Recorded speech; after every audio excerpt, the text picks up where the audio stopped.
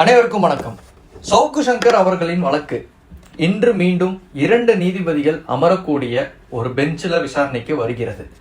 பலருக்கும் இருக்கக்கூடிய ஒரு சந்தேகம் என்ன அப்படின்னா, சவுக்கு சங்கர் அவர்களுக்கு இந்த முறையாவது குண்டர் தடுப்பு சட்டத்திலிருந்து நீதிபதி அவர்கள் ரத்து பண்ணுவாங்களா அப்படின்ற ஒரு கேள்வி பலருக்கும் இருக்கிறது. பார்க்கக்கூடிய நீங்கள் உங்களுடைய கருத்து என்ன? சவுக்கு சங்கர் அவர்களுக்கு குண்டாஸ் உடையுமா உடையாதா அப்படின்றத நீங்க கமெண்ட்ல சொல்லுங்க. பொதுவாக எல்லாருக்கும் இருக்கக்கூடிய ஒரு கேள்வி என்ன அப்படின்னா, ஆரம்பத்திலே 2 நீதிபதிகள் உட்காந்து சவுக்கு சங்கர் அவர்களுடைய இந்த ஒரு குண்டர் தடுப்பு சட்டத்தை ரத்து பண்ணலாமா வேணாமா, அவர் மீது போடப்பட்டிருக்கக்கூடிய இந்த ஒரு சட்டம் சரியான முறையில் போடப்பட்டுள்ளதா அப்படின்னு சொல்லிட்டு 2 நீதிபதிகள் அமர்வு இதை உட்கார்ந்தாங்க. அதில் ஒரு நீதிபதி அவர்கள் ஒரு கருத்தை சொன்னாரு, இன்னொரு நீதிபதி அவர் வேற ஒரு கருத்தை சொன்னாரு. அதன் காரணமாக இந்த ஒரு வழக்கு 2 நீதிபதிகளும் மாறுபட்ட கருத்தை சொன்னனால 3வதாக ஒரு நீதிபதி அவர்களுக்கு மாற்றப்பட்டது. சரி, 3வதா விசாரிச்ச நீதிபதி அவர்கள் என்ன சொல்லியிருப்பாரு அப்படின்னு பார்த்தா, அந்த நீதிபதி அவர்கள் என்ன சொல்றாருன்னா, இந்த வழக்கு ஆரம்பத்திலிருந்து விசாரிக்கலன்னு சொல்றீங்க, அதனால நான் மீண்டும் 2 நீதிபதிகள் அமரக்கூடிய அமர்வுக்கே நான் மாத்துறேன் அப்படின்னு சொல்லிட்டு டிவிஷனல் பெஞ்சுக்கு அவரும் மாத்தி இருக்கிறாரு. சரி, இப்போ 3வதா விசாரிச்ச நீதிபதி அவர்கள் என்ன சொன்னாரு, எதன் அடிப்படையில இந்த ஒரு பெட்டிஷனை இவங்க திரும்பவும் ஆரம்பத்திலிருந்து விசாரணைக்கு அனுப்பி இருக்கிறாங்க அப்படின்றத இப்போ நம்ம தெளிவா பார்த்துருவோம். 3வதா ஒரு நீதிபதி அவர்கள் இதை விசாரணைக்கு எடுத்தார்ல, அந்த நீதிபதியின் பெயர் ஜெயச்சந்திரன். 3வதா இருக்கக்கூடிய நீதிபதி என்ன சொல்றாரு அப்படின்னா, சவுக்கு சங்கர் மீதான குண்டர் சட்டத்தை ரத்து செய்ய கோரி தொடரப்பட்ட ஆட்கொணர்வு மனு மீதான விசாரணை வந்தபோது அரசு தரப்பிற்கு பதிலளிக்க கால அவகாசம் வழங்காமல் குண்டர் சட்டத்தை ரத்து செய்து நீதிபதி சுவாமிநாதன் பிறப்பித்த உத்தரவு பாரபட்சமானது என அவர் குறிப்பிட்டுள்ளார். மேலும் எதிர்த்தரப்பினருக்கு பதிலளிக்க கால அவகாசம் வழங்காமல் அவசர கதியில் இந்த வழக்கில் நீதிபதி சுவாமிநாதன் தீர்ப்பு வழங்கியுள்ளார் அப்படின்றத இந்த நீதிபதி அவர்கள் சொல்லியிருக்கிறாரு. அதாவது சவுக்கு சங்கர் அவர்கள் தொடரப்பட்ட ஆட்கொணர்வு மனு அவசரமாக விசாரணைக்கு எடுக்கிறாரு GR சுவாமிநாதன் அவர்கள். சரி, விசாரணைக்கு தான் எடுத்தீங்க, இதை நீங்க அரசு தரப்புக்கு நீங்க ஒரு கால அவகாசம் கொடுத்தீங்களா அப்படின்னு கேட்டீங்கன்னா கிடையாது. அதையும் நீங்க அவசரமாக அவங்களுக்கான ஒரு நேரத்தையும் அவகாசத்தையும் கொடுக்காமல் இமீடியட்டா நீங்க விசாரணைக்கு எடுத்து அந்த ஒரு குண்டர் சட்டத்தை நீங்க ரத்து பண்ணி அதற்கு ஒரு உத்தரவும் பிறப்பிக்கிறீங்க. இது பாரபட்சமானது அப்படின்றத அவர் தெளிவா சொல்றாரு. மேலும் எதிர்த்தரப்பினருக்கு, அதாவது காவல்துறை தரப்புக்கு இதுல போதுமான அளவுக்கு கால அவகாசம் நீதிபதி அவர்கள் கொடுக்கல அப்படின்றதையும் 3வதா அமர்ந்த நீதிபதி அவர்கள் ஒரு குற்றச்சாட்டை வைக்கிறாரு. ஒரு வழக்கில் 2 தரப்பினருக்கு போதுமான வாய்ப்புகள் வழங்கிய பிறகே வழக்கில் முடிவு எடுக்க வேண்டும் என்பதுதான் சட்டக்கல்லூரியின் அடிப்படை பாடம். ஒரு வழக்கை பொறுத்த வரைக்கும் 2 தரப்பினருக்கும் போதுமான அளவுக்கு கால அவகாசம் கொடுக்கணும், இவங்களையும் கன்வின்ஸ் பண்ணணும், அதுக்கப்புறம் தான் நீங்க அதற்கான தீர்ப்பை நீங்க வழங்கணும். இது சட்டக்கல்லூரியில் இருக்கக்கூடிய ஒரு பேசிக்கான ஒரு லெசன் அப்படின்றத நீதிபதி அவர்கள் மிக அருமையாக சொல்லியிருக்கிறார். இது மட்டும் இல்லாம இந்த வழக்கு தொடர்பாக 2 அதிகாரமிக்க நபர்கள் தன்னை அணுகியதாலேயே அரசின் விளக்கத்தை கேட்காமல் நீதிபதி சுவாமிநாதன் குண்டர் சட்டத்தை ரத்து செய்தது என்பது ஒரு தரப்பினருக்கு போதிய வாய்ப்பளிக்கவில்லை என்பதையே காட்டுகிறது. ஆரம்பத்திலே GR சுவாமிநாதன் அவர்கள் சொன்னதுதான், நான் ஏன் அவசரமா இந்த ஒரு வழக்கை விசாரணைக்கு எடுக்கிறேன்னா, 2 அதிகாரமிக்க நபர்கள் என்னை நேரடியாகவே சந்தித்து சவுக்கு சங்கர் அவர்களின் வழக்கை விசாரணைக்கு எடுக்கக்கூடாது அப்படின்னு சொன்னாங்க. இதனாலதான் நான் வாலண்டியரா இம்மீடியட்டா இந்த ஒரு வழக்கை விசாரணைக்கு எடுக்கிறேன் அப்படின்னு சொல்லிட்டு GR சுவாமிநாதன் அவர்கள் சொல்லியிருந்தாரு.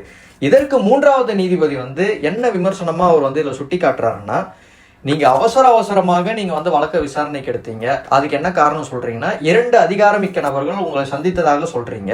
அந்த 2 அதிகாரமிக்க நபர்களுக்காக இந்த ஒரு வழக்கை நீங்க இமீடியட்டா விசாரணைக்கு எடுத்து இதுல போதுமான அளவுக்கு நீங்க எதிர்த்தரப்பினருக்கு பதிலளிக்க வாய்ப்பு வழங்கவில்லை அப்படின்றத சொல்றாரு. அவ்வாறு அவரை சிலர் அணுகி இருந்தால் அவர்கள் மீது நடவடிக்கை எடுக்க உத்தரவு பிறப்பித்திருக்க வேண்டும், அல்லது இது குறித்து பொறுப்பு தலைமை நீதிபதியிடம் புகார் அளித்திருக்க வேண்டும், அல்லது இந்த வழக்கை விசாரிப்பதிலிருந்து அவர் விலகி இருக்க வேண்டும். ஆனால் நீதிபதி சுவாமிநாதன் இந்த நடைமுறையை கடைபிடிக்காமல் உத்தரவு பிறப்பித்தது பாரபட்சமானது அப்படின்னு சொல்லிட்டு 3வதா அமர்ந்த நீதிபதி அவர்கள் மிக தெளிவாக சொல்லியிருக்கிறார். அப்படி சொல்லிட்டு அவர் என்ன பண்றாரு அப்படின்னா, இதை அடுத்து இந்த வழக்கை மீண்டும் 2 நீதிபதி கொண்ட ஆட்கொணர்வு வழக்குகளை விசாரிக்கும் அமர்வுக்கு மாற்றி நீதிபதி ஜெயச்சந்திரன் அவர்கள் தள்ளி வைத்துள்ளார் அப்படின்னு சொல்லிட்டு மிக அருமையாக நீதிபதி ஜெயச்சந்திரன் அவர்கள் இந்த ஒரு விஷயத்தை கையாண்டு இருக்கிறார்.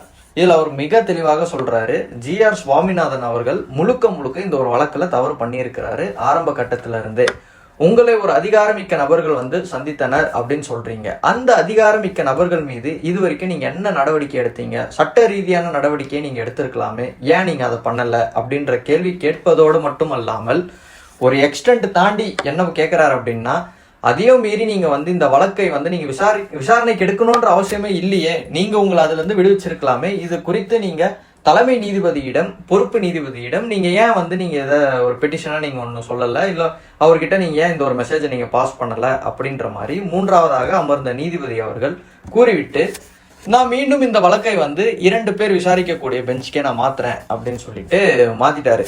இதுல இந்த மூன்றாவதா விசாரித்த நீதிபதி அவர்கள் பல விஷயங்களை அரசுக்கு எதிராகவும் கேட்டிருந்தார். என்னென்ன அப்படின்னா, அரசுக்கு எதிராக கேட்டாரு அப்படின்றத சவுக்கு சங்கருக்கு ஃபேவராகவும் ஒரு சில விஷயத்த கேட்டிருந்தாரு.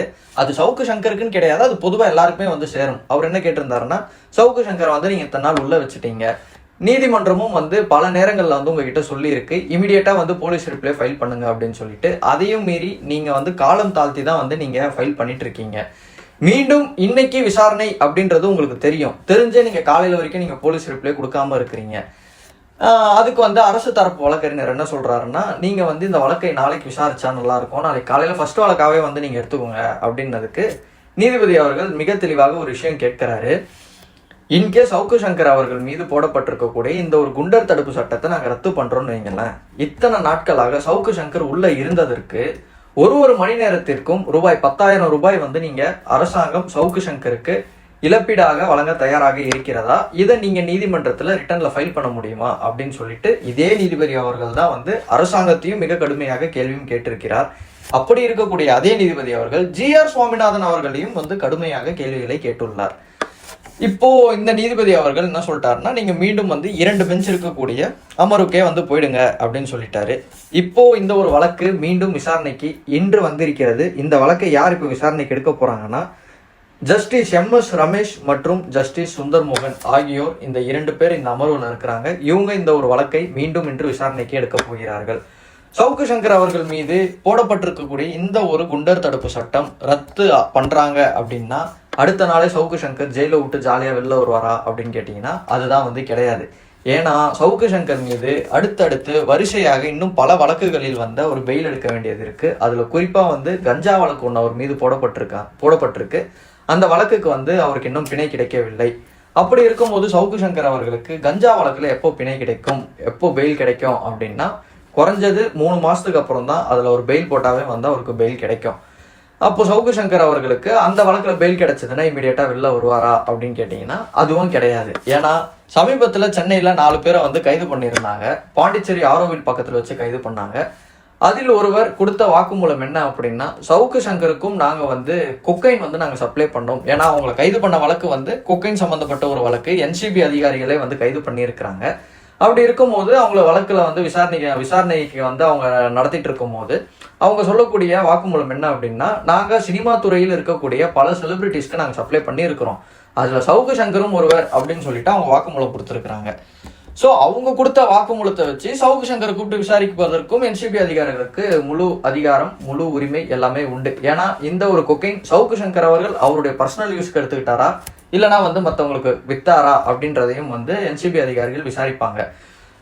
ஆச்சரியப்பட ஒன்றும் இல்லை. வரும் நாட்களில் சவுக்கு சங்கர் மீது NCB அதிகாரிகள் விசாரணைக்கு கூட்டிட்டு போயிட்டு அவர் மீதும் கொக்கைன் வழக்கு இந்த 4 பேரை சேர்த்தாங்க பார்த்தீங்களா, அதில் 5வது ஆளா சவுக்கு சங்கர் அவர்களையும் சேர்ப்பதற்கு அதிகமான காரணங்களே இருக்கு.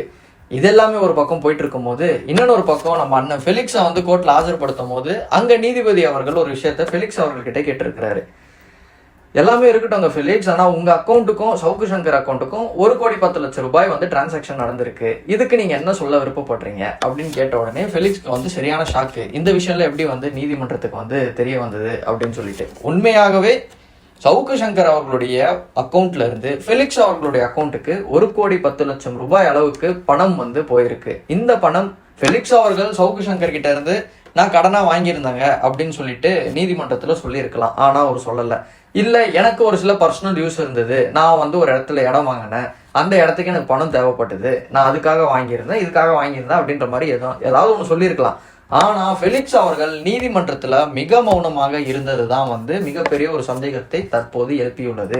ஏன் ஃபெலிக்ஸ் அவர்கள் வாயை திறந்து எதுவும் பேசலை, ஏதாவது பேசியிருக்கலாமே, அமைதியாக இருக்கிறார் அப்படின்னா இவங்க ஏதோ தப்பு பண்ணியிருக்கிறாங்க. சவுக்கு சங்கர் அவர்களுக்கு அந்த பணம் வேற ஒரு விஷயத்துக்காக வந்திருக்கு, அதுல இவருக்கும் வந்து ஒரு பங்கு கொடுத்திருக்கிறாரு அப்படின்ற ஒரு கோணத்துல தற்போது காவல்துறையினர் அதையும் வந்து கையில் எடுத்திருக்கிறாங்க விசாரணை வளையத்துல. மேலும் காவல்துறையினர் வந்து ஃபெலிக்ஸ் அவர்களை மீண்டும் கஸ்டடி எடுப்பதற்கு வேற ஒரு வழக்குக்கு வந்து ப்ரொடியூஸ் பண்ணும் போது கேட்கறாங்க.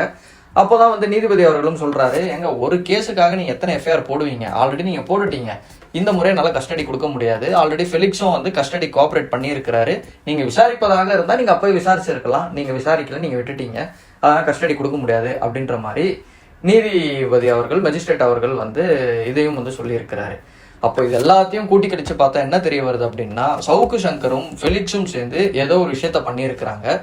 அந்த விஷயத்தை மறைப்பதற்காக தான் தங்களை இந்த சமூகத்துல வந்து ஒரு மிகப்பெரிய ஒரு போராளிகள் மாதிரி ஒரு பின்பத்தை கட்டமைச்சு பல விஷயங்களை வந்து இவங்க திரைக்கு மறைவுல பல விஷயங்களை வந்து இவங்க பண்ணியிருக்கிறாங்க அப்படின்ற மாதிரி இன்று மக்களுக்கு எல்லாமே வந்து வெட்ட வெளிச்சமா தெரிய வந்துருச்சு. வரும் நாட்களில் பார்ப்போம் சவுக்கு சங்கர் அவர்களுக்கு இந்த ஒரு வழக்குல இருந்து, அதாவது இந்த ஒரு குண்டர் தடுப்பு சட்டத்தில இருந்து அவருக்கு ஃபர்ஸ்ட் விடுவிப்பு கிடைக்குமா.